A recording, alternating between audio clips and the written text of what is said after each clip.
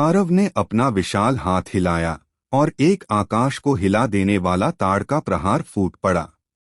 यह ताड़ का प्रहार हजारों मीटर लंबा था, जो आकाश और धरती को एक काले बादल की तरह ढक रहा था और काली अस्थायित्व की ओर बढ़ रहा था। लेकिन इसी समय काली अस्थायित्व के सामने शून्य लोक में अचानक एक आकृति प्रकट हुई। यह एक अधेड़ उम्र का व्यक्ति था, जिसके माथे पर 7 लाल बिंदु थे। वे लाल बिंदु धीरे धीरे घूमते हुए प्रतीत हो रहे थे और एक नज़र में वे तारों जितने गहरे थे। यह व्यक्ति अत्यंत सुंदर था, फिर भी उस सुंदरता के भीतर अत्यधिक भयावहता और गंभीरता का एक विरोधाभासी भाव था। जब अभिमन्यु और अन्य लोगों ने उसे पहली बार देखा तो उन्हें लगा कि वह बहुत सुंदर है, लेकिन दूसरी नज़र में उन्हें वह बहुत बदसूरत लगा। धमाका! जैसे ही यह व्यक्ति प्रकट हुआ, पीले झरनों का पानी फट पड़ा, भीतर से अनगिनत भुजाएं फैल गईं और जोरदार विलाप की आवाजें गूंज उठीं। पाताल के राजा, मुझे छोड़ दो, मुझे छोड़ दो। मैं पीले झरनों में प्रवेश नहीं करना चाहता, मैं बस पुनर्जन्म लेना चाहता हूँ और फिर से जीना चाहता हूँ। पाताल के राजा पाताल लोक में प्रकट हुए हैं, कृपया उन्हें सामान्य क्षमादान प्रदान करें। वे भुजाएं अत्यंत हिंसक रूप से संघर्ष करती हुई प्रतीत हो रही थीं। ये सभी लोग जीवन में अत्यंत शक्तिशाली थे। वे अभी तक पीले झरनों के पानी में पूरी तरह से भस्म नहीं हुए थे और उनके हृदय में जीवित रहने की तीव्र इच्छा थी। पुनर्जन्म के द्वार की देवी ने अपना सिर झुका लिया। श्वेत और श्याम अस्थायित्व घुटनों के बल बैठ गया और लाल चाबुक लिए अनगिनत लोगों ने दंडवत प्रणाम किया। जब उन मायावी आकृतियों ने इस अधेड़ उम्र के व्यक्ति को देखा तो उनकी आत्मा में कंपन सा महसूस हुआ। वे सब वहीं रुक गए, चुपचाप देखते रहे। आरव, तुम पवित्र क्षेत्र के नंबर 1 जीनियस हो। यहाँ काले और सफेद रंग की अनित्यता पर बहस करना थोड़ा तुच्छ है ना?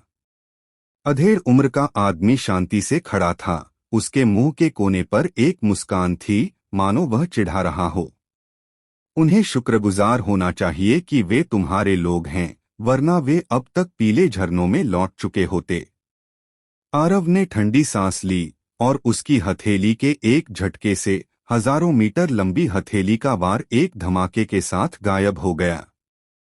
तो मुझे तुम्हारा शुक्रिया अदा करना चाहिए, अधेड़ उम्र का आदमी मुस्कुराया। यह व्यक्ति पूरी दुनिया में पाताल और नर्क का नियंत्रक था, पाताल का राजा। पवित्र क्षेत्र सहित पूरी दुनिया को काला और सफेद संसार कहा जा सकता है। सफेद संसार में जीवित लोग रहते हैं और उसका स्वामी पवित्र प्रभु है। काली दुनिया में मृत लोग बेलगाम घूमते हैं और यहाँ का स्वामी पाताल का राजा है। पद की दृष्टि से अधोलोक का राजा पवित्र प्रभु से किसी भी तरह कम नहीं है। साधना और शक्ति के मामले में केवल पवित्र प्रभु ही उसका मुकाबला कर सकते हैं। क्या यह अधोलोक का स्वामी है, अधोलोक का राजा जो मृतकों के सभी स्थानों पर शासन करता है? अभिमन्यु और अन्य लोग स्तब्ध होकर देख रहे थे। अगर आरव और देव यहाँ न आते तो शायद वे अपने पूरे जीवन में, यहाँ तक कि मृत्यु के बाद भी, अधोलोक के राजा का वास्तविक रूप कभी नहीं देख पाते। अधोलोक के राजा को सूचना। काला अनित्यता और श्वेत अनित्यता घुटनों के बल बैठ गए और एक साथ बोले, स्वर्गीय आदेश से बचकर आया एक व्यक्ति अधोलोक और नर्क में प्रवेश कर गया है। हे अधोलोक के राजा, कृपया कार्रवाई करो और उसे पकड़ लो। तुम मृत्यु की तलाश में हो। यह सुनकर आरव के चेहरे पर बेहद ठंडक छा गई। हालांकि अधोलोक के राजा ने काले और सफेद अस्थायित्व की ओर देखते हुए अपना सिर थोड़ा हिलाया और शांति से कहा, इसे पकड़ो। क्या तुम जानते हो कि स्वर्गीय आदेश से बचकर निकलने वाला यह व्यक्ति वास्तव में कौन है? अगर यह अधीनस्थ ग्लत नहीं है तो यह यही व्यक्ति है।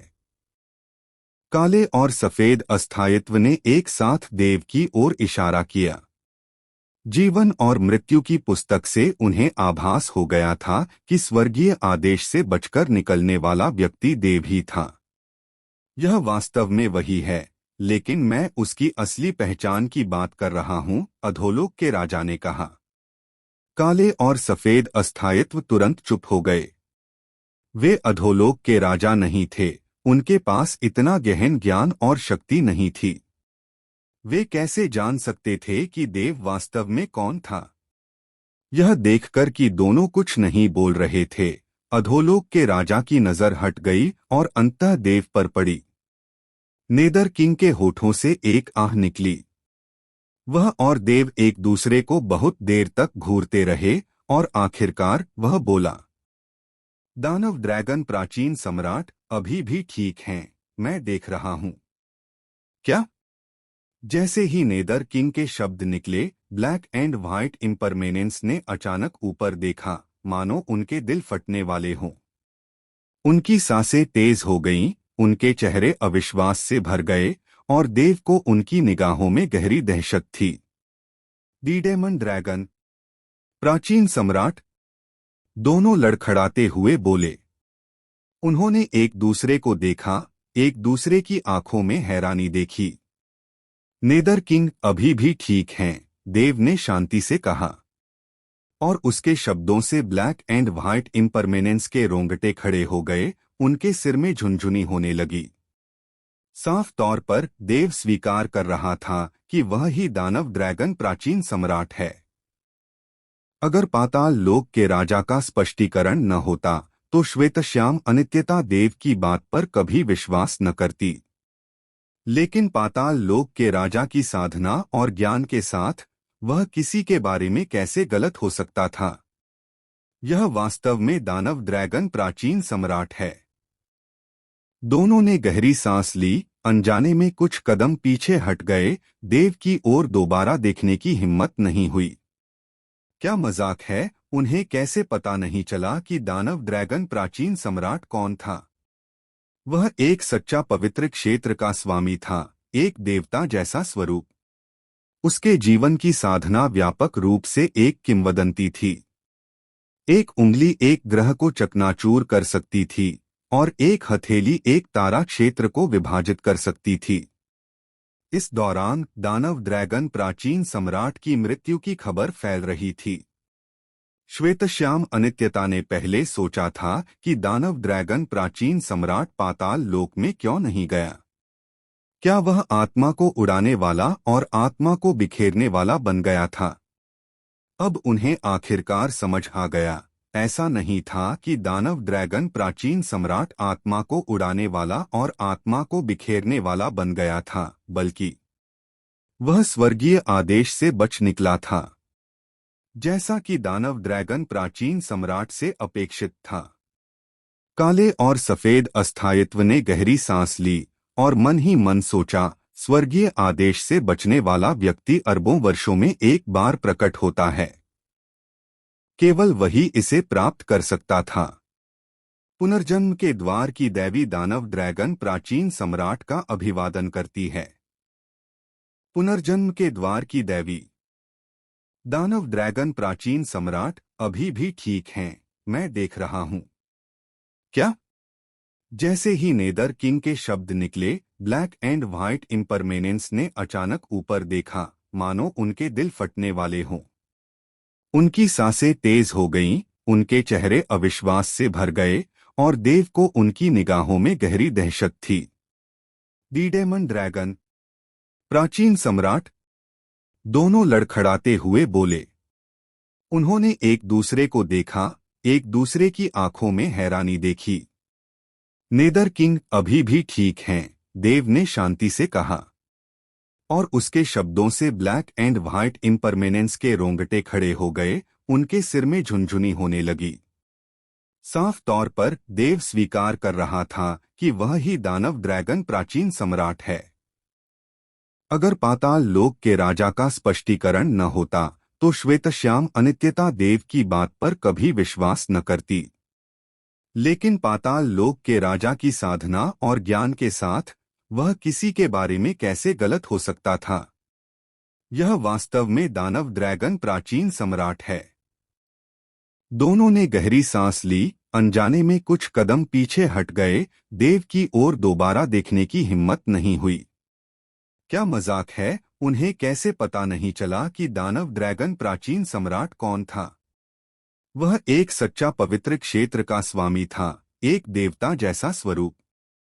उसके जीवन की साधना व्यापक रूप से एक किंवदंती थी। एक उंगली एक ग्रह को चकनाचूर कर सकती थी और एक हथेली एक तारा क्षेत्र को विभाजित कर सकती थी। इस दौरान दानव ड्रैगन प्राचीन सम्राट की मृत्यु की खबर फैल रही थी। श्वेतश्याम अनित्यता ने पहले सोचा था कि दानव ड्रैगन प्राचीन सम्राट पाताल लोक में क्यों नहीं गया। क्या वह आत्मा को उड़ाने वाला और आत्मा को बिखेरने वाला बन गया था? अब उन्हें आखिरकार समझ आ गया।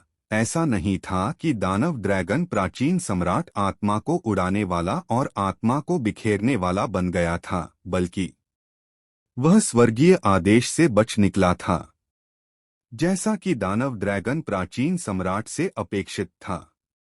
काले और सफेद अस्थायित्व ने गहरी सांस ली और मन ही मन सोचा, स्वर्गीय आदेश से बचने वाला व्यक्ति अरबों वर्षों में एक बार प्रकट होता है। केवल वही इसे प्राप्त कर सकता था। पुनर्जन्म के द्वार की देवी दानव ड्रैगन प्राचीन सम्राट का अभिवादन करती है। पुनर्जन्म के द्वार की देवी, जो हमेशा एक अजीब सी मुस्कान बिखेरती रहती थी, अब अपनी मुस्कान हटाते हुए थोड़ा झुकी और देव से बोली, हम दानव ड्रैगन प्राचीन सम्राट का अभिवादन करते हैं। लाल चाबुक पकड़े हुए कई लोगों ने भी बड़ी मुश्किल से झुककर प्रणाम किया। वे घुटने नहीं टेके, क्योंकि दानव ड्रैगन प्राचीन सम्राट का नियम था कि उन्हें अभिवादन करते समय घुटने टेकने की अनुमति नहीं थी। लेकिन अपनी श्रद्धा दिखाने के लिए खड़े खड़े उनके सिर लगभग जमीन को छू गए। उस समय का दृश्य बेहद चौंकाने वाला और विस्मयकारी था। अनगिनत मायावी आकृतियां अविश्वास से देख रही थीं। उनमें से ज्यादातर ने दानव ड्रैगन प्राचीन सम्राट का नाम कभी नहीं सुना था, इसलिए स्वाभाविक रूप से वे सोच भी नहीं पा रहे थे कि श्वेत और श्याम अस्थायित्व, पुनर्जन्म के द्वार की देवी और यहाँ तक कि लाल चाबुक पकड़े हुए लोग भी उन्हें इतनी श्रद्धा से क्यों अभिवादन कर रहे थे। मैं अब दानव ड्रैगन प्राचीन सम्राट नहीं रहा। देव ने अपनी आंखें थोड़ी ऊपर उठाईं, उसकी नजर शांति से इधर-उधर घूम रही थी। उसने उदासीनता से कहा, अभी तो मुझे सिर्फ देव ही कहा जाता है। हाय! पाताल के राजा के मुंह से एक बार फिर आह निकली। वह देव को बहुत देर तक देखता रहा, लेकिन आखिर में उसने एक शब्द भी नहीं कहा। मैं इस बार कुछ लोगों को ढूंढने आया था, लेकिन काला और सफेद अस्थायित्व मुझे जीवन मृत्यु की पुस्तक नहीं देगा, देव ने कहा। गलतफहमी, एक गलतफहमी। काला और सफेद अस्थायित्व तुरंत कांप उठा और जल्दी से बोला, दानव ड्रैगन प्राचीन सम्राट, ऐसा नहीं है कि हम दोनों तुम्हें जीवन मृत्यु की पुस्तक नहीं देंगे। बस यह वस्तु बहुत कीमती है, यह पाताल लोक की नींव है।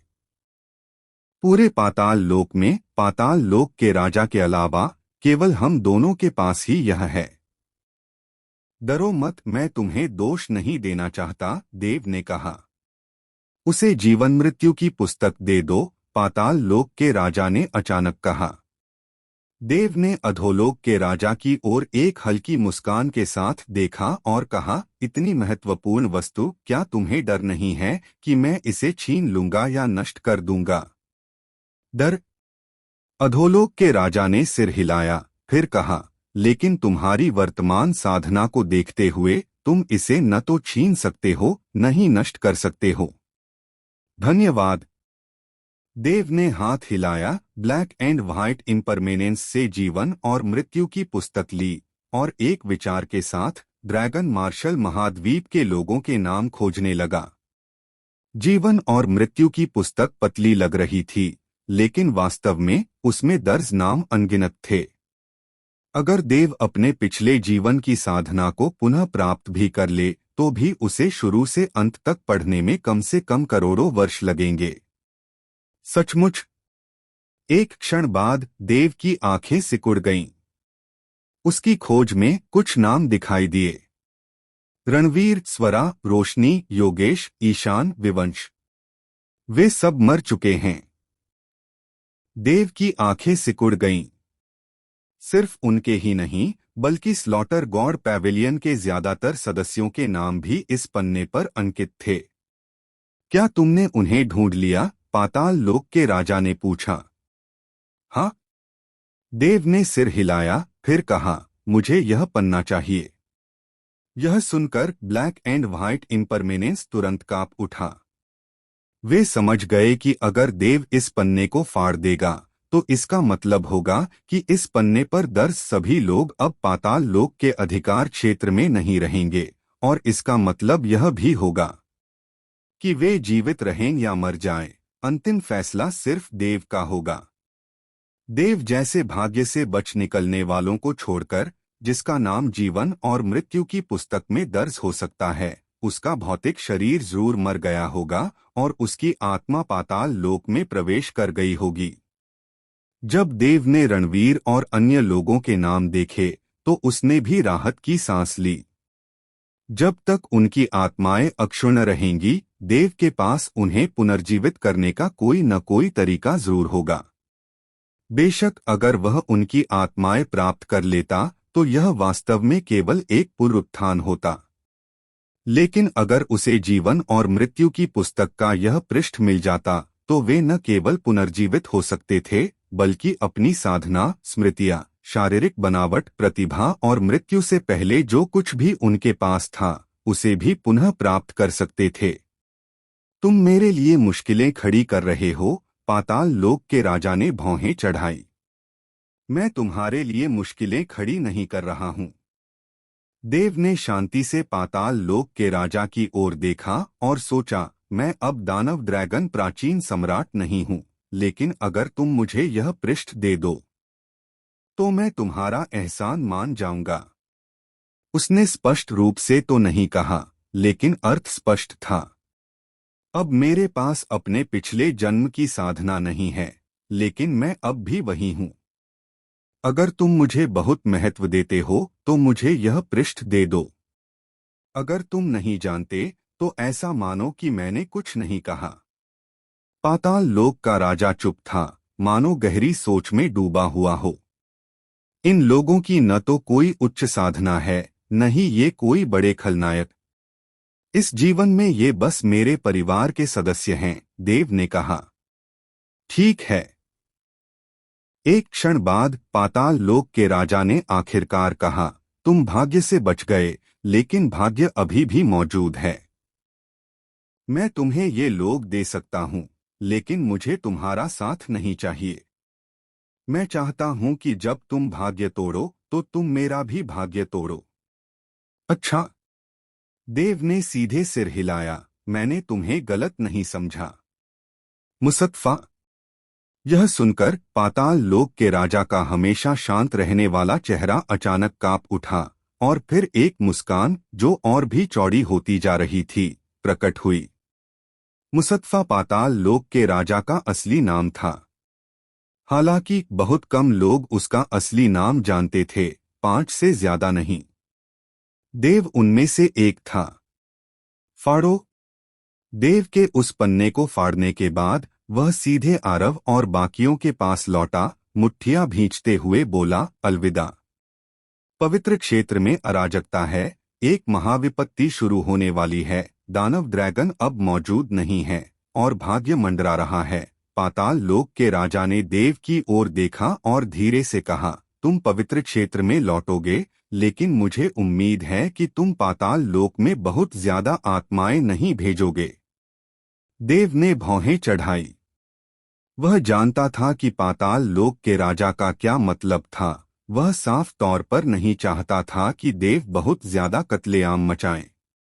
चिंता मत करो, मैं पाताल लोक में बहुत ज्यादा आत्माएं नहीं भेजूंगा, क्योंकि इस बिंदु पर देव का स्वर बेहद ठंडा हो गया। क्योंकि जिन्होंने मुझे धोखा दिया है उनकी आत्मा उड़ जाएगी और आत्मा बिखर जाएगी। जैसे ही उसकी आवाज धीमी हुई, देव ने आरव की ओर इशारा किया। आरव ने अपनी हथेली हिलाई और वह और देव एक साथ पाताल लोक से चले गए।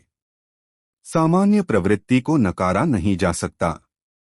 देव और अन्य लोगों की जाती हुई आकृतियों को देखकर पाताल लोक के राजा ने धीरे से कहा, अंशुमा, तुमने बहुत ज्यादा कत्लेआम मचाया है। पवित्र क्षेत्र के स्वामी के पद पर बैठने का क्या फायदा? लूझू का द्वार। फुसफुस फुसफुस फुसफुस आकृतियां प्रकट हुईं। ठीक देव और अन्य, एक बार और मेरी मदद करो, दानव देव लोक का रास्ता खोलो, देव ने आरव से कहा। वह जानता था कि आरव और अन्य लोग आसानी से अंदर आ सकते हैं और आसानी से निकल सकते हैं। ठीक है, आरव ने कहा, ड्रैगन मार्शल महाद्वीप पर वापस, सब कुछ अभी भी तुम पर निर्भर करेगा। मैं अपनी चरम साधना से ड्रैगन मार्शल महाद्वीप को सील तो कर सकता हूं, लेकिन अंदर नहीं जा सकता। अपनी साधना से जैसे ही मैं ड्रैगन मार्शल महाद्वीप पर कदम रखूंगा, ड्रैगन मार्शल महाद्वीप का विश्व हृदय तुरंत ढह जाएगा। उस समय पूरा ड्रैगन मार्शल महाद्वीप नष्ट हो जाएगा। मैं समझ गया, देव ने सिर हिलाया। ड्रैगन मार्शल महाद्वीप, देवगिरी काउंटी, वध देवता मंडप संप्रदाय केंद्र। कई महासंप्रदाय पहले ही जा चुके थे। वह जगह शांत थी, बिल्कुल शांत। बहुत से लोग देखने आए थे। सभी कभी समृद्ध वध देवता मंडप को देख रहे थे, जो अब इतनी अव्यवस्थित स्थिति में था। वध देवता मंडप के हजारों शिष्य अभी भी जीवित थे। उनकी आंखें खोखली थीं। वे चुपचाप लाशों से भरी जमीन को देख रहे थे, मानो वे रोना चाहते हों लेकिन रो नहीं पा रहे हों। उफ उफ उफ, यह एक महासंप्रदाय की शक्ति है। अगर आयुष अचानक प्रकट न होते तो वध देव मंडप शायद अब तक पूरी तरह से नष्ट हो चुका होता। वध देव मंडप चाहे कितना भी शक्तिशाली क्यों न हो, अंततः वह एक नौवीं दर का संप्रदाय ही है। उसके और एक महासंप्रदाय के बीच का अंतर अवर्णनीय है। बस यह अज्ञात है कि उन्होंने उन्हें क्यों नाराज किया। चाहे कारण कुछ भी हो, वध देव मंडप अंततः खुद को ज्यादा आंक रहा था। क्या उन्होंने यह नहीं सोचा कि महासंप्रदाय कितना विशाल होता है? वे उन्हें कैसे उकसा सकते थे? इसके बाद वध देव मंडप की शक्ति को बहुत नुकसान पहुंचता है। पहले यह 8वीं दर के संप्रदाय को भी टक्कर दे सकता था, लेकिन अब इसकी तुलना 9वीं दर के संप्रदाय से भी नहीं की जा सकती। हाँ, उपमंडप स्वामी मर चुका है और दिव्य रक्षक समूह के अधिकांश नेता भी मर चुके हैं। केवल वे ही बचे हैं और सुबलियाओं जो कभी प्रकट नहीं हुए। अब सचमुच कोई बड़ा खतरा नहीं बचा है। बड़ी संख्या में लोग दूर से खड़े होकर देख रहे थे। यहाँ पहले जो घटनाएं घटीं वे बहुत जोरदार थीं, और चाहे वे वहां से गुजर रहे हों या देवगिरी काउंटी में रहते हों, वे स्वाभाविक रूप से इसके बारे में सुनते ही तुरंत वहां पहुंच गए। फुसफुस फुसफुस। जैसे ही वे चर्चा कर रहे थे, अचानक दूर से कई आकृतियां दिखाई दीं। ये कौन हैं? सभी दर्शकों ने पीछे मुड़कर देखा, और इन लोगों की संरचना देखने से पहले ही उन्हें दुष्टची का एक व्यापक उभार महसूस हुआ। क्या ये फिर से उपद्रव मचाने आए हैं? ये दर्शक चौंक गए और जल्दी से एक तरफ हट गए। गड़गड़ाहट, जमीन कांप उठी और सभी की दृष्टि में कई विशाल आकृतियां प्रकट हुईं। ये सभी आकृतियां 5वें क्रम के याओ जानवर थे, कुनमिंग जानवर। 5वें क्रम के याओ जानवरों में कुनमिंग जानवर सबसे कमजोर माने जाते हैं। इन कुछ कुनमिंग जानवरों की सर्वोच्च साधना केवल 5वें क्रम के मध्य चरण की थी, जो ड्रैगन देव लोक के मध्य चरण के मार्शल कलाकार के बराबर है। हालांकि कुनमिंग जानवरों की खाल मोटी और शरीर विशाल होते हैं, जिससे उन्हें हराना बेहद मुश्किल होता है, और उनका इस्तेमाल रक्षा के लिए सबसे अच्छा होता है। प्रत्येक कुनमिंग जानवर लगभग 100 मीटर ऊंचा था, जिसके पूरे शरीर से एक काली धुंध निकल रही थी। यह धुंध जहरीली होती है। सांस लेने के बाद यह दुश्मन की साधना को अस्थायी रूप से कमजोर कर देती है। बेशक यह कितनी कमजोर कर सकती है, यह दुश्मन की साधना पर निर्भर करता है। कुनमिंग जानवर। जब उन्होंने इन कुछ कुनमिंग जानवरों को देखा तो सभी दर्शकों के भाव बदल गए और वे तेजी से दूर चले गए। वे इन कुनमिंग जानवरों द्वारा उत्सर्जित जहरीली क्यूई को सांस में नहीं लेना चाहते थे। ये विचारशील संप्रदाय के लोग हैं। आखिरकार किसी ने इन आकृतियों द्वारा पहने गए वस्त्रों को स्पष्ट रूप से देखा। वे वास्तव में विचारशील संप्रदाय की वर्दी थीं। जैसे ही उनके शब्द निकले, कुनमिंग जानवर भी पास आ गए। प्रत्येक कुनमिंग पशु की पीठ पर सैकड़ों लोग खड़े थे और विचारशील संप्रदाय के संप्रदाय गुरु परवेज, उपसंप्रदाय प्रमुख करीम, प्रथम एल्डर त्रिलोक, तृतीय एल्डर शोभित और अन्य सभी पहले कुनमिंग पशु की पीठ पर खड़े थे। विचारशील संप्रदाय इतने सारे लोगों को क्यों भेज रहा है? क्या वे वध देवता मंडप पर भी हमला करने वाले हैं? यह संख्या 1,00,000 होनी चाहिए, है ना? कम से कम 1,00,000। नहीं, यह सिर्फ विचारशील संप्रदाय नहीं है। देखो, लोग दोनों तरफ से भी आ रहे हैं। जैसे ही विचारशील संप्रदाय की विशाल आकृतियां पहुंचीं, उनके दोनों ओर बड़ी संख्या में आकृतियां दिखाई दीं। आश्चर्यचकित करने वाला देवता संप्रदाय। 7 तलवारों का महल। दोनों अष्टश्रेणी संप्रदाय हैं। सरप्राइज गॉड संप्रदाय नानकिंग काउंटी शहर का शीर्ष संप्रदाय है और 7 स्वॉर्ड्स पैलेस उज्जवल काउंटी शहर का शीर्ष संप्रदाय है। सरप्राइज गॉड संप्रदाय की ओर से संप्रदाय गुरु कपिल बादलों पर कदम रखते हुए पहुंचे। उनकी साधना ड्रैगन गॉड क्षेत्र के मध्य चरण के शिखर पर थी, जिससे उन्हें शून्य क्षेत्र में उड़ान भरने की अनुमति मिली। उनके पीछे एक बड़ी संख्या में, कम से कम 1,00,000 आकृतियां वध गॉड मंडप को घेरे हुए थीं और 7 स्वॉर्ड्स पैलेस के महल गुरु आरिफ ने एक लंबी तलवार पर कदम रखा, जिसका स्वरूप अलौकिक और दाव जैसा था। बैंगनी सुनहरी लंबी तलवार से कोई भी अत्यंत तीव्र क्यूई महसूस कर सकता था। 7 स्वॉर्ड्स पैलेस के लोगों की संख्या भी कम से कम 1,00,000 थी। 3 महान संप्रदायों ने एक विशाल और शक्तिशाली घेरा बनाया, जिसने लगभग पूरी तरह से वध गॉड मंडप को घेर लिया। यह रुख, वे स्लॉटर गॉड पैवेलियन का सफाया करने वाले हैं। देखने वाले एकदम हैरान रह गए। स्लॉटर गॉड पैवेलियन ने आखिर किसका अपमान किया? एक महासंप्रदाय ने इसे लगभग मिटा दिया था और एक बार बमुश्किल बचने के बाद विचारशील संप्रदाय और बाकी लोग फिर से यहाँ हैं। दोषी ठहराने के लिए स्लॉटर गॉड पैवेलियन को ही दोषी ठहराया जा सकता है, क्योंकि वह पहले बहुत घमंडी था और बहुत सारे दुश्मन बना चुका था। घमंडी? मुझे नहीं लगता। रक्त दानव संप्रदाय और सच्चा योद्धा संप्रदाय दोनों ने पहले स्लॉटर गॉड पैवेलियन का अपमान किया था। स्लॉटर गॉड पैवेलियन ने उन्हें उकसाया नहीं था। वे सुबलियाओं की अनुपस्थिति का फायदा उठाकर स्लॉटर गॉड पैवेलियन पर घातक प्रहार कर रहे हैं। इन लोगों की आवाजें बहुत तेज थीं, जिससे स्लॉटर गॉड पैवेलियन के सदस्यों का ध्यान आकर्षित हुआ, जो चुप हो गए थे। बाद वाले ने विचारशील संप्रदाय और उन्हें घेरे हुए अन्य लोगों की ओर देखा और उनके चेहरों पर डर के कोई निशान नहीं थे। इसके बजाय वे सब पागलों की तरह जोर जोर से हंस रहे थे। क्या तुम सब पागल हो? शोभित कुनमिंग बीस्ट से नीचे कूद पड़े, स्लॉटर गॉड पैवेलियन के सदस्यों को घूरते हुए और व्यंग्यात्मक लहजे में बोले, वाकई खबर गलत नहीं थी। वर्तमान स्लॉटर गॉड पैवेलियन अपने पहले वाले स्वरूप से बिल्कुल अलग है। यह बस एक खोखला खोल बन गया है।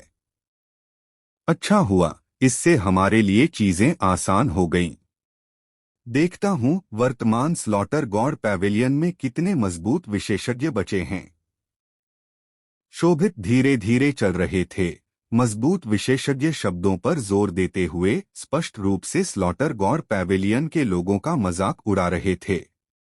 जब कोई गिरा हो तो उसे लात मारना। इस समय दर्शकों के मन में ऐसा ही विचार आया। जाहिर है विचारशील संप्रदाय को भी यह खबर मिल गई थी, क्योंकि उन्हें पता था कि वध देवता मंडप उन महासंप्रदायों द्वारा लगभग नष्ट कर दिया गया था, लेकिन अंततः बच गया। और इस बार उनका आना बचे हुए अवशेषों को इकट्ठा करने के लिए था। मार डालो। परवेज कुनमिंग जानवर से नीचे कूद पड़ा। उसका चेहरा, जो हमेशा शांति और मुस्कान से भरा रहता था, अब पूरी तरह से ठंडा पड़ गया। स्लॉटर गॉड पैवेलियन से किसी को भी जिंदा न छोड़ना। हाँ। विचारशील संप्रदाय के सभी लोग दहाड़ उठे। उनकी आकृतियां चमक रही थीं और वे स्लॉटर गॉड पैवेलियन की ओर दौड़ पड़े। जहां तक सरप्राइज गॉड संप्रदाय और 7 तलवारों के महल के लोगों का सवाल है, उन्हें कोई कार्रवाई करने की जरूरत ही नहीं थी। शुरू में परवेज देव की अनुपस्थिति में स्लॉटर गॉड पैवेलियन के खिलाफ कार्रवाई करना चाहता था, लेकिन उसे डर था कि हान संप्रदाय और देवी महल हस्तक्षेप करेंगे, इसलिए उसने इन 2 महान संप्रदायों के साथ गठबंधन कर लिया। किसने सोचा होगा कि स्लॉटर गॉड पैवेलियन इतना लापरवाह होगा कि इतने सारे प्रथम श्रेणी संप्रदायों, द्वितीय श्रेणी संप्रदायों और यहाँ तक कि सर्वोच्च संप्रदायों को भी नाराज कर देगा। विचारशील संप्रदाय को कोई कदम उठाने की जरूरत ही नहीं पड़ी। लेकिन स्लॉटर गॉड पैवेलियन लगभग नष्ट हो चुका था। इस समय स्लॉटर गॉड पैवेलियन बस रुका हुआ था और विचारशील संप्रदाय ही उनका वध कर सकता था। मार डालो। विचारशील संप्रदाय के लोगों को हमला करते देख स्लॉटर गॉड पैवेलियन के बचे हुए कुछ हजार सदस्यों ने भी अचानक ऊपर देखा। उनकी आंखें लाल हो गईं। उनके पास एक महासंप्रदाय का विरोध करने का कोई तरीका नहीं था, लेकिन विचारशील संप्रदाय के लिए उन्हें तुरंत मार डालना बिल्कुल असंभव था। इस समय स्लॉटर गॉड पैवेलियन के लोगों के लिए एक व्यक्ति को मारना कोई नुकसान नहीं था, बल्कि 2 को मारना एक लाभ था। अभी भी विरोध करने की हिम्मत है? शोभित ने व्यंग्य किया। वर्तमान स्लॉटर गॉड पैवेलियन के तथाकथित मजबूत विशेषज्ञ पहले ही मर चुके हैं। क्या आपको लगता है कि आप अभी भी कड़ा प्रतिरोध कर सकते हैं? क्या यह उपयोगी है? फुसफुसाओ। जैसे ही उसके शब्द निकले, उसकी आकृति चमक उठी और वह वध देवता मंडप के एक शिष्य के ठीक पीछे प्रकट हुआ और उसने हथेली से वार किया। मर जा। उसकी अभिव्यक्ति बिना किसी हिचकिचाहट के ठंडी पड़ गई। उसकी शिखर ड्रैगन आत्मा क्षेत्र साधना पूरी तरह से प्रस्फुटित हो गई, मानो यह हथेली का वार इस वध देवता मंडप के शिष्य को सीधे कुचलकर मार डालेगा। शोभित के हृदय में वध देवता मंडप और देव के प्रति हमेशा से ही द्वेष रहा था। अब जबकि देव वहां नहीं था, वह वध देवता मंडप के इन साधारण शिष्यों पर अपना क्रोध निकालेगा। धमाका।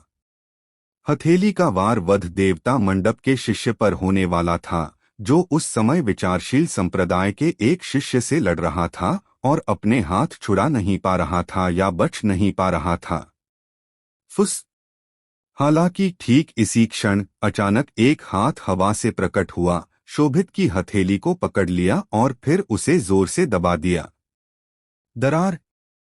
शोभित की हथेली से सीधे एक तीखी चटकने की आवाज सुनाई दी। उसके दाहिने हाथ की हड्डियां इस दबाव से तुरंत टूट गईं। आह! तेज दर्द से शोभित की चीख निकल गई। कौन? चीख के बाद शोभित तेजी से पीछे हट गया और अपने पहले से कुचले हुए दाहिने हाथ को उस हाथ से जबरदस्ती बाहर खींच लिया जो अचानक प्रकट हुआ था। अब उसे देखकर उसका दाहिना हाथ पूरी तरह से खून से लथपथ हो गया था, जिससे लगातार खून टपक रहा था। हुम्फ! शून्य लोक से एक ठंडी खर्राट आई। शोभित देखने ही वाला था कि अचानक उसका दिल कांप उठा और उसके मन में संकट की एक अत्यंत प्रबल भावना उत्पन्न हो गई। इस क्षण उसके शरीर के सारे रोंगटे खड़े होने को हो गए। दफा हो जाओ। परवेज की आकृति टिमटिमा उठी और उसकी साधना में विस्फोट हो गया, जिससे वास्तव में ड्रैगन देव लोक के अंतिम चरण की आभा निकल रही थी। ड्रैगन देव लोक का अंतिम चरण सातस्तरीय संप्रदाय का संप्रदाय गुरु बनने के लिए पर्याप्त था। यह स्पष्ट था कि परवेज ने इस अवधि के दौरान ही सफलता प्राप्त की थी।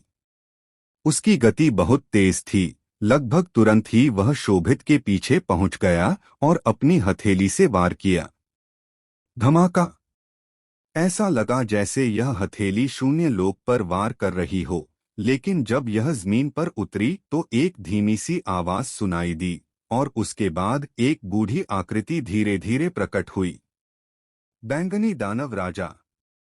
परवेज द्वारा बचाए जाने पर शोभित ने राहत की सांस ली। जब उसने उस बूढ़े व्यक्ति को देखा तो उसका चेहरा उदास हो गया। यह बूढ़ी आकृति कोई और नहीं बल्कि वध देवता मंडप का बैंगनी दानव राजा रुद्र प्रताप था। तुम बहुत भाग्यशाली हो। वध देवता मंडप के उपमंडप गुरु रणवीर और कई देव रक्षक रेजिमेंट के नेता पहले ही महासंप्रदायों के हाथों मारे जा चुके हैं। तुम सचमुच इस विपत्ति से बच गए, परवेज ने कहा। विचारशील संप्रदाय केवल दूसरों के दुर्भाग्य का फायदा उठाने जैसे काम ही कर सकता है। रुद्र प्रताप के चेहरे पर ठंडक थी और जैसे ही उसका शरीर टिमटिमाया, उसने शोभित पर फिर से हमला कर दिया। लेकिन परवेज भी किसी को हल्के में नहीं लेना चाहता था। उसकी हथेलियां लगातार घूम रही थीं और अनगिनत हथेलियों के वार रुद्र प्रताप के सिर पर सीधे पड़ रहे थे। उसी समय विचारशील संप्रदाय के प्रथम बुजुर्ग त्रिलोक भी प्रकट हुए। उनके हाथों में 2 चांदी के अर्धचंद्राकार ब्लेड दिखाई दिए, जिनमें से प्रत्येक से एक अत्यंत तीव्र प्रकाश निकल रहा था, जो रुद्र प्रताप के शरीर को भेदने के इरादे से था। विचारशील संप्रदाय के तीसरे ड्रैगन देव क्षेत्र विशेषज्ञ ने भी हमला किया। वह विचारशील संप्रदाय के उपसंप्रदाय प्रमुख करीम थे। करीम की आंखों से एक आश्चर्यजनक हत्या का भाव प्रकट हुआ। उसका पैर कुनमिंग जानवर पर पड़ा। ऐसा प्रतीत होता है कि बहुत जोर से, जिससे कुनमिंग जानवर का विशाल शरीर अचानक झुक गया, मानो उसे बहुत दर्द हो रहा हो, यहाँ तक कि उसने दहाड़ भी लगाई। और करीम का शरीर प्रकाश की एक धारा की तरह फूट पड़ा। शून्य क्षेत्र से रुद्र प्रताप पर हमला कर दिया। क्या यह बहुत बेशर्मी नहीं है? विचारशील संप्रदाय के तीनों ड्रैगन देव क्षेत्र विशेषज्ञों ने बैंगनी दानव राजा पर हमला किया है। यह बैंगनी दानव राजा सचमुच बहुत शक्तिशाली है। बिना किसी बाधा के एक के विरुद्ध 3 से लड़ रहा है। कहा जाता है कि वह वध देवता मंडप में केवल 1 वर्ष से थोड़ा अधिक समय के लिए शामिल हुआ था। जब वह वध देवता मंडप में शामिल हुआ, तब भी वह एक साधारण व्यक्ति था। मुझे उम्मीद नहीं थी कि वह केवल 1 वर्ष में इतना शक्तिशाली हो जाएगा। 3 ड्रैगन देव क्षेत्र विशेषज्ञों से अकेले लड़कर, चाहे वह कितना भी शक्तिशाली क्यों न हो। आश्चर्य देव संप्रदाय और 7 तलवारों के महल के लोग भी लालच से देख रहे हैं। बैंगनी दानव राजा अभी तो अपनी स्थिति संभाले हुए प्रतीत हो रहा है, लेकिन समय के साथ अगर वह खुद को जरूरत से ज्यादा खर्च करता है तो वह निश्चित रूप से मारा जाएगा। दर्शक विचारशील संप्रदाय के प्रति बेहद तिरस्कारपूर्ण थे। किसी को गिरा हुआ देखकर लात मारना तो बहुत बुरा था, लेकिन अब विचारशील संप्रदाय के 3 सबसे ताकतवर व्यक्ति, संप्रदाय गुरु, उपसंप्रदाय प्रमुख और प्रथम बुजुर्ग, एक साथ रुद्र प्रताप पर हमला कर रहे थे। अगर यह बात बाहर आ गई तो उनका तथाकथित मजबूत व्यवहार कहाँ रहेगा। हाँ, संप्रदाय गुरु परवेज, मुझे लगता है कि आप जल्द ही वध देवता मंडप का समाधान कर देंगे। लगता है कि सरप्राइज गॉड संप्रदाय और 7 तलवारों के महल को कोई कार्रवाई करने की जरूरत नहीं है। सरप्राइज गॉड संप्रदाय के संप्रदाय गुरु कपिल दिल खोलकर हंसे, आराम से देख रहे थे, मानो कोई तमाशा देख रहे हों, अपनी बाहें क्रॉस करके, पूरी तरह से निश्चिंत। इस समय कपिल में केवल यह तथाकथित बैंगनी दानव राजा ही कुछ हद तक शक्तिशाली हो सकता है, बाकी तो बस चींटियां हैं। 7 तलवारों के महल गुरु आरिफ ने भी मुस्कुराते हुए कहा, हम देर नहीं कर सकते। संप्रदाय गुरु कपिल महल गुरु आरिफ, कृपया जल्दी से कार्रवाई करें और कपिल के लोगों का सफाया करें, वरना अगर सुबलियाओ लूझू के द्वार से बाहर आ गया तो बहुत बड़ी मुसीबत आ जाएगी, परवेज ने गहरी आवाज में कहा। सुबलियाओ, कपिल ने कहा, पूरा वध देवता मंडप पहले ही नष्ट हो चुका है, तो अगर वह बाहर भी आ जाए तो क्या फायदा? क्या वह अकेले हमारे 3 संप्रदायों का मुकाबला कर सकता है? क्या आपको सचमुच लगता है कि हम सब आसान निशाना हैं? लगता है संप्रदाय गुरु परवेज उस सुबलियाओं से बहुत डरते हैं। आरिफ ने भी व्यंग्य किया, मैं सुबलियाओं का असली रूप देखना चाहता हूं। हमेशा से विभिन्न काउंटी शहर यह प्रचार करते रहे हैं कि सुबलियाओं कितना शक्तिशाली और ताकतवर है, क्या वे उसे बहुत ज्यादा बढ़ा चढ़ाकर नहीं बता रहे हैं? ड्रैगन शिरा क्षेत्र ड्रैगन देव क्षेत्र को मार रहा है। 10,000 के खिलाफ एक व्यक्ति। क्या यह हो सकता है कि उसकी असली ताकत वास्तव में ड्रैगन संप्रभु क्षेत्र है? दोनों की बातें सुनकर परवेज का चेहरा काला पड़ गया और उसने कहा, तुम दोनों, हालांकि वध देवता मंडप का विनाश होने वाला है, मुझे कहना होगा कि सुबलियाओं सचमुच शक्तिशाली है। उसे सुबलियाओं कहा जा सकता है, इसके पीछे कोई कारण जरूर होगा। यह कहा जा सकता है कि सुबलियाओं ने ही वर्तमान वध देवता मंडप का साथ दिया। उसके बिना वध देवता संप्रदाय का अस्तित्व ही नहीं होता। क्या वह सुबलियाओं सचमुच इतना शक्तिशाली है? कपिल ने अभी भी अपनी बाहें क्रॉस करके रखी थीं। रुद्रप्रताप की ओर एक ठंडी व्यंग्यात्मक नजर से इशारा करते हुए कहा, उसकी तुलना में कौन ज्यादा शक्तिशाली है और कौन कमजोर? परवेज चुप हो गया। इस समय रुद्रप्रताप ड्रैगन देव लोक मध्य चरण की आभा बिखेर रहा था। हालांकि उसका साधना लोक परवेज से एक स्तर नीचे था, फिर भी रुद्रप्रताप द्वारा प्रदर्शित विभिन्न तकनीकें बहुत शक्तिशाली थीं। यहाँ तक कि ड्रैगन गॉड लोक के अंतिम चरण के विशेषज्ञ परवेज और ड्रैगन गॉड लोक के 2 विशेषज्ञ नदीम और त्रिलोक भी उसे कुछ देर तक नहीं मार सके। परवेज ने कभी देव की ताकत को ठीक से नहीं देखा था, न ही वह कभी देव से मिला था। इसलिए स्वाभाविक रूप से उसे यह नहीं पता था कि देव और रुद्रप्रताप में कौन ज्यादा ताकतवर है और कौन कमजोर। अगर तुम नहीं बोलोगे तो जरूर वे एक जैसे होंगे, कम से कम सुबलियाओं उससे ज्यादा ताकतवर तो नहीं होगा। कपिल ने व्यंग्य किया, इससे तो कहना आसान हो जाता है। अगर वह सुबलियाओं सचमुच वापस भी आ जाए, अगर हम सब उसे घेर लें, भले ही वह मर न जाए तो भी वह हमारे लिए कोई खतरा नहीं बनेगा। यह जगह ज्यादा देर तक रहने लायक नहीं है। वध देवता मंडप में हान संप्रदाय और देवी महल भी हैं, जो अष्टस्तरीय संप्रदाय के 2 सहयोगी हैं। ताकत के मामले में वे हमसे कम नहीं हैं।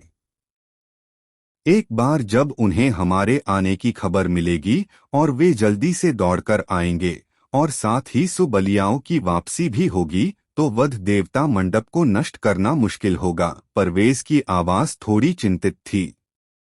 देवी महल, हान संप्रदाय, हाँ हाँ हाँ। आरिफ खिलखिलाकर हंसा। सबसे पहले देवी महल के बारे में। देवी महल स्वर्ण शांति काउंटी शहर में बहुत दूर है, यहाँ से बहुत दूर।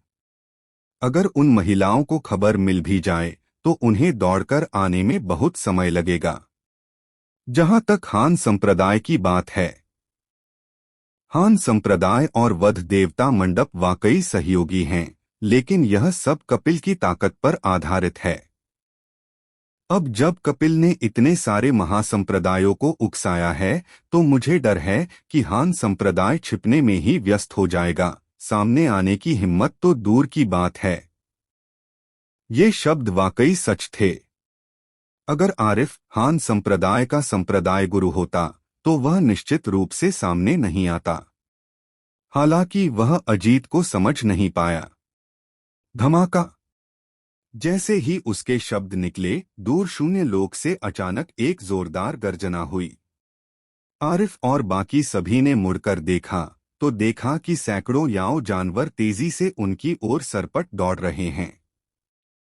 अपनी अत्यधिक गति के कारण उन्होंने अपने पीछे धूल का एक विशाल बादल उड़ा दिया।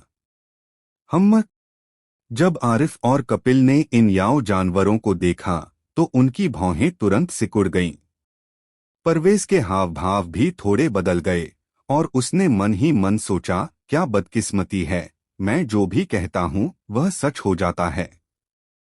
उसने साफ देखा कि सैकड़ों याओ जानवरों के पीछे बड़ी संख्या में आकृतियां तेजी से आ रही थीं और उनके कपड़े बिल्कुल हान संप्रदाय के थे।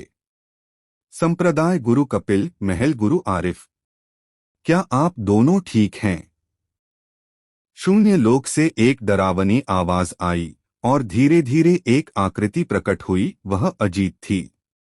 अजीत के बगल में जयपाल, चंद्रेश और हिमांशु भी बाहर आए और उन सभी में ड्रैगन देव लोक का दबाव झलक रहा था। अजीत! आरिफ की भौहें गहरी सिकुड़ गईं और उसने ठंडी खींच के साथ कहा, तुम अब भी आने की हिम्मत कर रहे हो? तुमने सुना होगा कि हमने अभी क्या कहा। अब जबकि वधदेव मंडप ने इतने सारे महासंप्रदायों को नाराज कर दिया है और उसके ज्यादातर शिष्यों का सफाया हो चुका है, यह पूरी तरह से एक खोखला खोल है। क्या तुम ऐसे खोखले खोल के लिए हमारे 3 महान संप्रदायों को नाराज करने को तैयार हो? अजीत, एक बुद्धिमान व्यक्ति परिस्थितियों के आगे झुक जाता है। ऐसा कोई फैसला मत लो जिसका तुम्हें पछतावा हो, कपिल ने भी कहा। मेरे जीवन में मुझे सबसे ज्यादा नफरत तुम जैसे लोगों से है। अजीत बोला और उसके शब्दों में एक बेहद दबा हुआ गुस्सा साफ सुनाई दे रहा था। पहले मैंने सुना था कि वध करने वाले देवता मंडप का विचारशील संप्रदाय के साथ एक स्पिरिट स्टोन खदान को लेकर कुछ झगड़ा हुआ था। उस समय विचारशील संप्रदाय ने वध करने वाले देवता मंडप के खिलाफ कोई कदम क्यों नहीं उठाया? शायद विचारशील संप्रदाय ने तब पादने की भी हिम्मत नहीं की थी। अब जबकि वध करने वाले देवता मंडप की ताकत बहुत कमजोर हो गई है, तुम सब अच्छा कर रहे हो, उन्हें घेरने आए हो। वध करने वाले देवता मंडप ने खुद ही यह सब लादा है, वे जिंदा नहीं रह सकते। परवेज ने ठंडे स्वर में कहा, एक महासंप्रदाय को नाराज करने की उनकी हिम्मत कैसे हुई? वध करने वाले देवता मंडप को और क्या करने से डर लगता है? वे भाग्यशाली हैं कि ऐसे नाजुक समय में भी उन्हें बचाने के लिए लोग मौजूद हैं। वरना हमारे विचारशील संप्रदाय के कदम उठाए बिना वध करने वाले देवता मंडप का उन महासंप्रदायों द्वारा पहले ही सफाया कर दिया गया होता। संप्रदाय प्रमुख अजीत में अब भी हमारे बारे में बात करने की हिम्मत है। शोभित ने यह भी कहा, जब महासंप्रदायों ने वध देवता मंडप पर हमला किया था तब तुम क्यों नहीं आए? तुमने पाद भी क्यों नहीं मारी? और अब जब हम उन्हें घेरने आए हैं तो तुम मदद करने आ रहे हो? और बेकार की बातें। अभी तुरंत चले जाओ और मेरा हान संप्रदाय तुम्हारे खिलाफ कुछ भी करने से बच जाएगा, अजीत ने ठंडे स्वर में कहा। हान संप्रदाय का प्रकट होना वास्तव में केवल एक निवारक था। चाहे जो भी हो, आश्चर्य देवता संप्रदाय, 7 तलवारों का महल और विचारशील संप्रदाय सभी 8वें दर्जे के संप्रदाय थे और उनकी नींव हान संप्रदाय से ज्यादा मजबूत थी, जिसे अभी अभी 8वें दर्जे के संप्रदाय में पदोन्नत किया गया था। अजीत जानता था कि अकेले हान संप्रदाय उन्हें रोक नहीं सकता। अगर उन्हें खदेड़ा जा सके तो स्वाभाविक रूप से यही सबसे अच्छा होगा। फिर जब देव वापस लौटा तो वे दूसरे मामलों पर चर्चा कर सकते थे। अगर उन्हें खदेड़ा नहीं जा सका तो फिर सिर्फ युद्ध ही बचा था। सिर्फ तुम्हारे हान संप्रदाय के साथ। कपिल शून्य लोक में कदम रखा और वह बादल तुरंत उनकी ओर उड़ चला। सच कहूं तो हान संप्रदाय को अभी अभी 8वें दर्जे के संप्रदाय में पदोन्नत किया गया है। मेरा आश्चर्य देव संप्रदाय तुम्हें बिल्कुल भी महत्व नहीं देता। अगर तुम्हें पता है कि तुम्हारे लिए क्या अच्छा है तो तुरंत अपने लोगों को लेकर यहां से निकल जाओ। अगर तुम नहीं तो यह संप्रदाय आज इस मौके का फायदा उठाकर हान संप्रदाय को भी उनके साथ मिटा देगा। तुम कितनी बड़ी बातें कर रहे हो? अजीत के चेहरे पर बेहद ठंडक छा गई। मैं तो ऐसे ही बातें करता हूँ, तुम क्या कर सकते हो? कपिल ने भी पीछे हटने का कोई संकेत नहीं दिखाया। तस्कत्स्क जैसा कि आश्चर्य देव संप्रदाय के संप्रदाय प्रमुख से अपेक्षित था। स्वर्ग का वध, पृथ्वी का वध, वायु का वध। तभी व्यंग्य से भरी एक स्पष्ट ध्वनि अचानक आई। जैसे ही ध्वनि धीमी हुई, अजीत के पास एक सुंदर और नाजुक बच्चा प्रकट हुआ। यह तुम हो? इस बच्चे को देखकर कपिल और आरिफ की भौहें फिर से तन गईं, जबकि परवेज के चेहरे पर उदासी छा गई। वे स्वाभाविक रूप से दूसरे पक्ष को जानते थे। यह बच्चा देवी महल की वर्तमान देवी थी और देवी महल की प्रमुख भी। उसके प्रकट होने का मतलब था कि देवी महल भी निश्चित रूप से प्रकट हुआ था। संप्रदाय प्रमुखों, क्या किसी को नीचे गिराकर लात मारने का यह कृत्य आनंददायक है? जैसा कि अपेक्षित था, देवी के बाद देवी महल के उपमहल प्रमुखों में से एक गोल्डन सन भी प्रकट हुए। उनके चारों ओर बिजली चमक उठी और उनके ड्रैगन देव क्षेत्र का दबाव पूरी तरह से फूट पड़ा। तुम इतनी जल्दी यहाँ कैसे पहुँच गए? परवेज ने गहरी आवाज में कहा। क्या इतनी जल्दी है? शायद तुम्हारी जितनी तेज नहीं, देवी ने मुंह बनाते हुए तिरस्कार से कहा। ये बेवकूफों का झुंड है। विचारशील संप्रदाय ने इतना बड़ा हंगामा मचाया, 1 लाख से ज्यादा शिष्यों को इकट्ठा किया। क्या तुम्हें लगता है कि देवी महल के मुखबिर सिर्फ दिखावे के लिए हैं? यह सुनकर परवेज का मुंह जोर से फड़क उठा और उसकी आंखों के कोने में उदासी छा गई। थोड़ी सी भी समझ रखने वाला कोई भी कल्पना कर सकता है कि देवी महल और विचारशील संप्रदाय इतने सालों से एक दूसरे पर नजर रख रहे थे और एक दूसरे का विरोध कर रहे थे, इसलिए दूसरे पक्ष की हर हरकत पर स्पष्ट रूप से नजर रखी जा रही थी।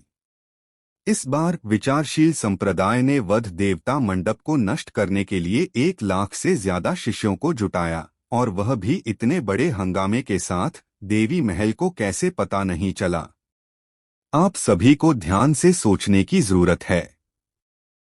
वध देवता मंडप अब पहले जैसा नहीं रहा। महासंप्रदायों ने इसके खिलाफ कदम उठाया है। अगर आप मदद करने की हिम्मत करते हैं तो महासंप्रदायों का प्रकोप झेलना बहुत संभव है, परवेज ने कहा। महासंप्रदायों के जरिए हम पर दबाव मत डालो। क्या तुम्हें लगता है कि सिर्फ तुम्हारे विचारशील संप्रदाय को ही यह खबर मिली होगी? कोई तो आगे आकर वध देवता मंडप और उन महासंप्रदायों के बीच की शिकायतों को सुलझा चुका है। वरना तुम्हें खुद को परेशान करने की जरूरत नहीं पड़ती लोगों को फिर से वध देवता मंडप पर हमला करने के लिए प्रेरित करने की, है ना? देवी ने परवेज की ओर तिरछी नजर से देखा। धमाका। परवेज ने रुद्रप्रताप को हथेली से पीछे धकेल दिया। उसकी आकृति युद्ध के मैदान से पीछे हट गई और साथ ही उसने कहा, तुम सब रुक जाओ। यह सुनकर त्रिलोक और करीम की आकृतियां चमक उठीं और वे पीछे हट गईं। क्या अब और लड़ाई नहीं? देवी ने व्यंग्य किया। पीछे हटो। परवेज ने ठंडी सांस ली, फिर विचारशील संप्रदाय के लोगों को दूर ले गया। वह जानता था कि विचारशील संप्रदाय और देवी महल के आज मौजूद होने से उन्हें कुछ भी अच्छा हासिल नहीं होगा। इसके अलावा वध देवता मंडप तो पहले से ही नाम मात्र का था, इन लोगों को रखने से भी विचारशील संप्रदाय को कोई खास खतरा नहीं होगा। उनकी कार्रवाई का कारण केवल इस अवसर का लाभ उठाना था। चूंकि मामला पहले से ही असंभव था, परवेज यहां समय बर्बाद नहीं करना चाहता था। अलविदा, तुम्हें विदा करने की कोई जरूरत नहीं है, देवी ने हल्के से कहा। चूंकि परवेज अब कुछ करने का इरादा नहीं रखता था, इसलिए देवी महल और हान संप्रदाय स्वाभाविक रूप से आगे नहीं बढ़ेंगे। आखिरकार देवी महल और वध देवता मंडप के बीच का रिश्ता हान संप्रदाय और वध देवता मंडप जैसा नहीं था। आश्चर्य देवता संप्रदाय और 7 तलवारों के महल की बात करें तो यह देखकर कि विचारशील संप्रदाय पीछे हटने का इरादा रखता है, उन्होंने भी बिना किसी हिचकिचाहट के सभी वहां से चले गए। 3 लाख से ज्यादा लोगों की विशाल सेना को जाते देख देवी और अजीत दोनों ने मन ही मन राहत की सांस ली। अगर परवेज जिद्दी होता और सचमुच युद्ध छेड़ देता तो यह उनके दोनों संप्रदायों के लिए भी फायदेमंद नहीं होता। वध देवता मंडप का संकट सुलझ गया था और हान संप्रदाय और देवी महल के लोग कुछ पल और रुके। यह देखकर कि विचारशील संप्रदाय वापस नहीं आया है, वे चले गए। मंडप स्वामी रुद्रप्रताप ने सबको विदा करने के बाद लाशों से भरी जमीन की ओर देखा, फिर आसमान की ओर देखा और बुदबुदाया, आप कब वापस आएंगे? किसी ने कोई जवाब नहीं दिया। रुद्रप्रताप कुछ देर और वहीं खड़ा रहा, आखिरकार आह भरी, सिर हिलाया और लाशों को साफ करने के लिए मुड़ा। फाड़ो! जैसे ही वह मुड़ा, शून्य लोक अचानक फट गया और दरार से कई आकृतियां उभर आईं। रुद्रप्रताप अचानक मुड़ा और जैसे ही उसने श्वेत वस्त्रधारी आकृति को देखा, उसकी पुतलियां तेजी से सिकुड़ गईं, उसका शरीर जोर से कांप उठा और उसके बूढ़े चेहरे से अनायास ही आंसुओं की 2 धारें बह निकलीं। मंडप स्वामी जब अनगिनत महासंप्रदायों ने वधदेव मंडप को घेर लिया था, रुद्रप्रताप एकांतवास में थे। उन्होंने स्वयं वधदेव मंडप को लगभग नष्ट होते देखा था, जिसमें कई शिष्य, रणवीर और अन्य लोग मारे गए थे, यहाँ तक कि स्वरा और रोशनी भी आत्मविस्फोटित हो गए थे। जब वे एकांतवास से बाहर आए तो आयुष पहले ही प्रकट हो चुके थे। यह कहा जा सकता है कि रुद्रप्रताप के एकांतवास ने उनकी जान बचाई, अन्यथा वे भी मारे जाते। रुद्रप्रताप के हृदय में अनगिनत शिकायतें और क्रोध दबा हुआ था। अगर देव प्रकट नहीं होते तो रुद्रप्रताप पूरी ताकत से सब कुछ सहते, शांत रहने की कोशिश करते। लेकिन इसी समय देव प्रकट हुए। रुद्रप्रताप बहुत बूढ़े थे, लेकिन वे बच्चों की तरह रोए, लगातार आंसू बह रहे थे, उनके कपड़े भीग रहे थे, उनके कंधे बेकाबू होकर कांप रहे थे। वह आकृति जो हमेशा सबके दिलों में देवता की तरह थी, आखिरकार लौट आई थी। लेकिन सब कुछ बहुत देर हो चुकी थी। रणवीर मर चुकी थी, स्वरा मर चुका था, रोशनी मर चुका था, ईशान मर चुका था, विवंश मर चुका था। रुद्रप्रताप को छोड़कर वध देवता मंडप के लगभग सभी उच्च पदस्थ सदस्य मर चुके थे। ठीक है। शून्य लोक से एक आह निकली और वे कई आकृतियां धीरे धीरे नीचे उतरी। नेता देव था जो सफेद वस्त्र पहने हुए था। केवल आरव नहीं आया, वह नहीं आ सकता था। आरव की साधना बहुत प्रबल थी। इस ड्रैगन मार्शल महाद्वीप पर भाग्य के दमन के बिना वह आसानी से विश्व के केंद्र को ध्वस्त कर देता, जिससे पूरे ड्रैगन मार्शल महाद्वीप का विनाश हो जाता। देव ड्रैगन मार्शल महाद्वीप को नष्ट नहीं होने दे सकता था, क्योंकि सिया तक पहुंचने का एकमात्र टेलीपोर्ट एरे ड्रैगन मार्शल महाद्वीप पर ही था। ये बदमाश! अभिमन्यु आकाश की ओर दहाड़ा। लगभग उसी क्षण जब वह लौटा, उसकी आंखें लाल हो गईं और एक असीम क्रोध फूट पड़ा। हर जगह लाशें पड़ी थीं, अंगभंग खून नदी की तरह बह रहा था। कई आंखें खुली हुई थीं, मृत्यु में बंद होने को तैयार नहीं थीं। अपनी मृत्यु से पहले वे क्रोध, अनिच्छा और भ्रम महसूस कर रहे थे। वे इस बात से क्रोधित थे कि महासंप्रदायों ने उनके इतने सारे साथियों का कत्लेआम कर दिया था। वे अनिच्छुक थे क्योंकि वे दूसरों या खुद का बदला लेने में असमर्थ थे। वे इस बात से उलझन में थे कि वध देवता मंडप ने इतने सारे लोगों को क्यों खो दिया, फिर भी मंडप स्वामी वापस क्यों नहीं लौटे। यह कोई शिकायत नहीं थी, लेकिन उनकी उम्मीदें बहुत ज्यादा थीं। उन्हें उम्मीद थी कि देव उस महत्वपूर्ण क्षण में अपनी जबरदस्त उपस्थिति के साथ प्रकट होंगे, वध देवता मंडप को बचाएंगे और उन महासंप्रदायों का नाश करेंगे। जाहिर है यह महज एक कल्पना थी। भाई तन्वी सीधे लाशों के बीच दौड़ा, विवंश का शव ढूंढने की कोशिश में। हालांकि वे पहले ही नर्क में प्रवेश कर चुके थे और जानते थे कि देव उन्हें पुनर्जीवित कर सकता है, फिर भी यह दृश्य देखकर वे बेहद क्रोधित हुए। हालांकि ऐसा ही कुछ पहले भी हुआ था, जब सच्चे योद्धा संप्रदाय ने वध देवता मंडप में शामिल होने के इच्छुक हजारों लोगों का सफाया कर दिया था। लेकिन वह समय इस समय से बिल्कुल अलग था। वे हजारों लोग वध देवता मंडप से नहीं थे, न ही उनका कोई भावनात्मक जुड़ाव था। उनका क्रोध पूरी तरह से परोपकार के कारण था। लेकिन इस बार मरने वाले सभी लोग वध देवता मंडप से थे। रिश्तों की दृष्टि से वे सभी खून के रिश्तेदार थे, भावनाओं की दृष्टि से वे सभी भाई जैसे थे। मंडप स्वामी, आप आखिरकार लौट आए। रुद्रप्रताप ने गहरी सांस ली, अपने रोने को थोड़ा शांत किया, फिर कहा, आपका अधीनस्थ बैंगनी दानव राजा आपको वध देवता मंडप की स्थिति की सूचना दे रहा है। यह कहते ही रुद्रप्रताप ने अपनी मुट्ठियां भींच लीं, उसका शरीर झुक गया और उसकी आंखें तुरंत धुंधली हो गईं। वह बोलना चाहता था, लेकिन सिसकियों से उसका गला भर आया था। वह एक भी वाक्य पूरा नहीं कर पा रहा था। मुझे सब पता है। देव आगे बढ़ा, रुद्रप्रताप के कंधे पर धीरे से थपथपाया और फिर धीरे धीरे हर शव के पास से गुजरा। एक शिष्य के दोनों पैर कटे हुए थे और वह वहां दुखद रूप से पड़ा था। उसका चेहरा पीला पड़ गया था। उसकी निगाहें देव पर टिकी थीं, मानो वह बोलना चाहता हो, लेकिन बोल नहीं पा रहा हो, केवल कर्कश आवाजें निकाल पा रहा हो, क्योंकि उसका गला लगभग कट चुका था और बड़े बड़े जख्मों के निशान थे। क्या दर्द हो रहा है? देव घुटनों के बल बैठ गई और धीरे से पूछा।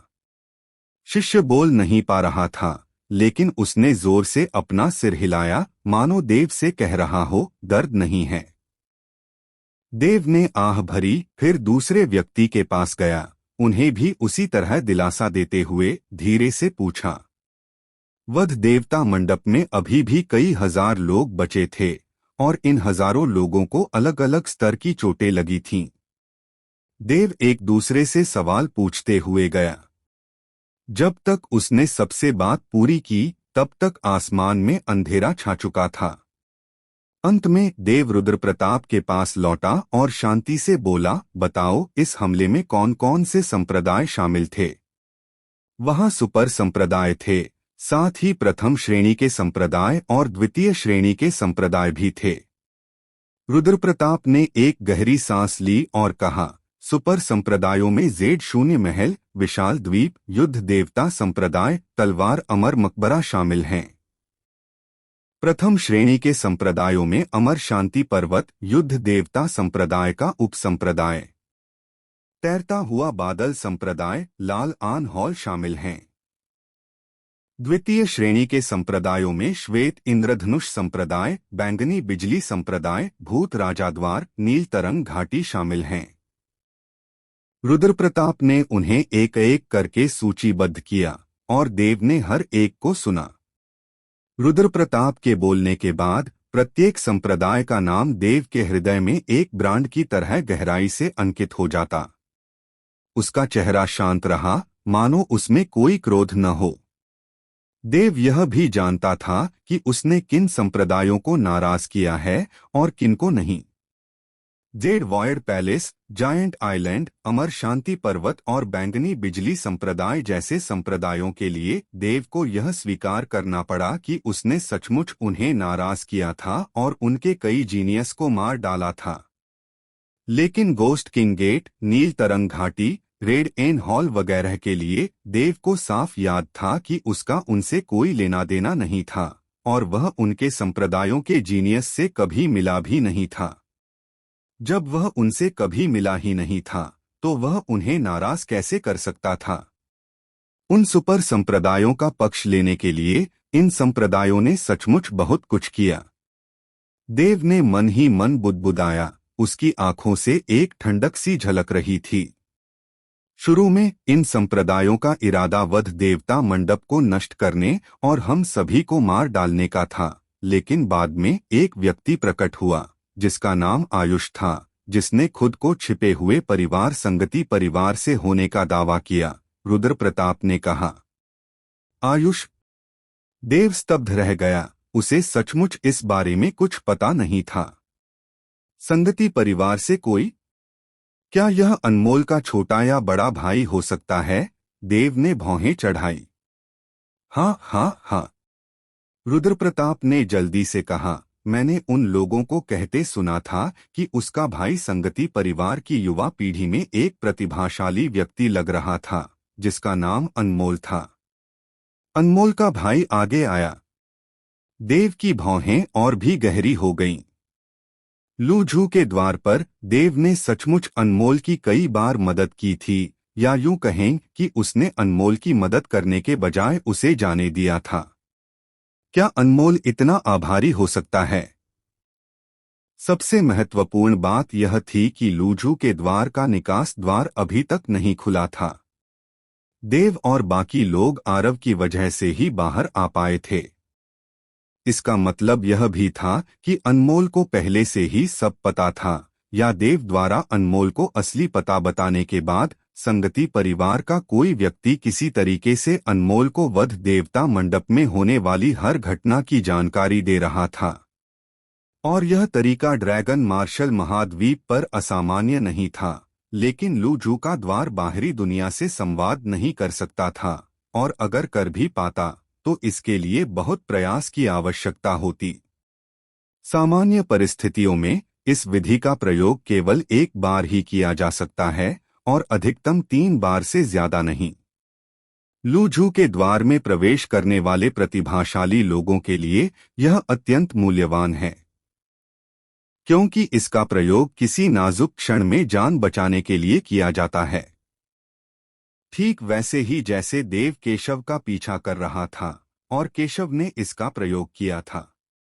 संप्रदाय के भीतर के शक्तिशाली व्यक्तियों का सहारा लेकर उन लोगों को रोकना जो स्वयं के लिए खतरा पैदा करते हैं।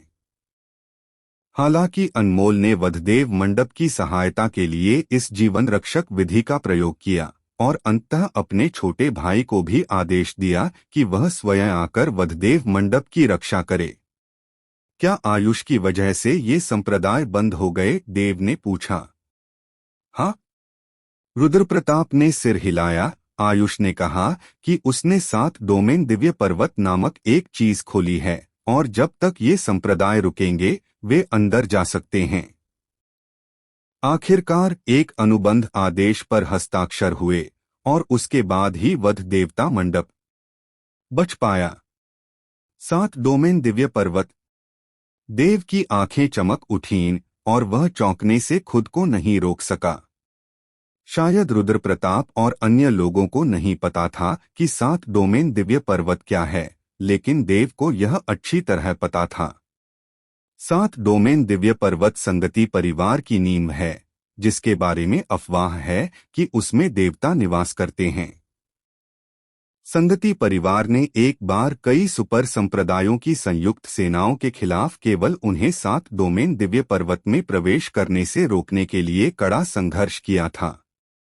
लेकिन अब क्या संगति परिवार ने वास्तव में 7 डोमेन दिव्य पर्वत को विशेष रूप से वध देवता मंडप की मदद के लिए खोला था? अनमोल द्वारा ऐसा करने के केवल 2 कारण हो सकते हैं। देव ने मन ही मन सोचा। पहली बात तो यह है कि संगति परिवार ने कोई बहुत बड़ी और चौंकाने वाली साजिश रची है और वे इस घटना का इस्तेमाल 7 क्षेत्रों के दिव्य पर्वत के साथ इन महासंप्रदायों के खिलाफ साजिश रचने के लिए कर रहे हैं। दूसरी बात यह है कि अनमोल और आयुष ने जो किया उसे संगति परिवार से छिपाया गया था। अगर यह पहला कारण है तो कोई बात नहीं, लेकिन अगर यह दूसरा है तो मैं सचमुच बहुत बड़ा एहसानमंद हूं। यह सोचकर देव अपनी कड़वी मुस्कान बिखेरने से खुद को रोक नहीं पाया। अनमोल के साथ उसकी बातचीत से पता चलता था कि अनमोल वाकई एक कृतज्ञ व्यक्ति था। हालांकि वह अनमोल के कार्यों से आश्चर्यचकित हो सकता था, लेकिन देव अप्रत्याशित नहीं था। एक और सबसे महत्वपूर्ण बात है, रुद्रप्रताप ने कहा। देव उसकी ओर मुड़े बिना नहीं रह सका क्या? आयुष द्वारा वध देव मंडप को बचाने के बाद विचारशील संप्रदाय आ गया। इस समय रुद्रप्रताप का चेहरा बेहद उदास था और उसके दांत लगभग पीसने लगे थे, मानो उसके दिल में भयंकर क्रोध भरा हो। विचारशील संप्रदाय? रुद्रप्रताप का रूप देखकर देव ने भी गहरी आवाज में कहा, मुझे मत बताओ कि विचारशील संप्रदाय वध देवता मंडप पर हमला करने आया है। मंडप स्वामी सही कह रहे हैं, विचारशील संप्रदाय सचमुच मेरे वध देवता मंडप पर हमला करने आया है। रुद्रप्रताप ने अपनी मुट्ठियां भींच लीं, उनके दांत पीसने की आवाज सुनाई दे रही थी। विचारशील संप्रदाय इस बार 1 लाख से ज्यादा शिष्यों को लेकर आया था, और बस इतना ही नहीं, क्योंकि विचारशील संप्रदाय ने गुप्त रूप से सरप्राइज गॉड संप्रदाय और 7 तलवारों के महल, इन 2 पुराने अष्टधारा संप्रदायों के साथ गठबंधन कर लिया था। इन तीनों संप्रदायों के संप्रदाय गुरु और उपसंप्रदाय प्रमुख, साथ ही उनके संप्रदायों के सभी ड्रैगन देव क्षेत्र के शक्तिशाली व्यक्ति सभी आए। यह कहा जा सकता है कि उनके संप्रदायों के शक्तिशाली व्यक्ति पूरी ताकत से मेरे वध देव मंडप को नष्ट करने के लिए ही आए थे। जैसे ही ये शब्द निकले, रुद्रप्रताप का शरीर जोर से कांप उठा। उन महासंप्रदायों की तुलना में जिससे वह सबसे ज्यादा नफरत करता था, वह विचारशील संप्रदाय था।